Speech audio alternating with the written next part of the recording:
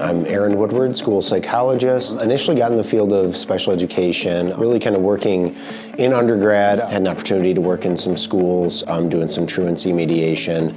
Really kind of liked that environment, but also the population that I was working with. So as my career continued, I decided to go back to grad school and really get into working in special education and working specifically in the school population. Before I started as a school psychologist, I was working in mental health, working with children, kind of in the local community. I had an opportunity to work in a lot of the schools, coming to IEP meetings, and kind of really decided to kind of pursue that. My primary role as a school psychologist here is to complete evaluations for special education eligibility and the individual education plan meetings and redetermination of that eligibility.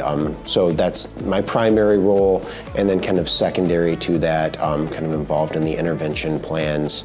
Most rewarding aspect, identify and address the needs of students and find ways to address those individual needs, whatever they might be, to help to accommodate and provide some support, and to help them have as much success as is absolutely possible. Working in special education is really rewarding in a variety of ways, but really helping to, again, identify the needs of students, to address those, to intervene, and then seeing those successes is really the most rewarding aspect, is when you've helped to identify some need, but then also to address it, and you see some success where a student maybe has a history of some significant failure and frustration, and then we can help to individualize their plan and to address those needs.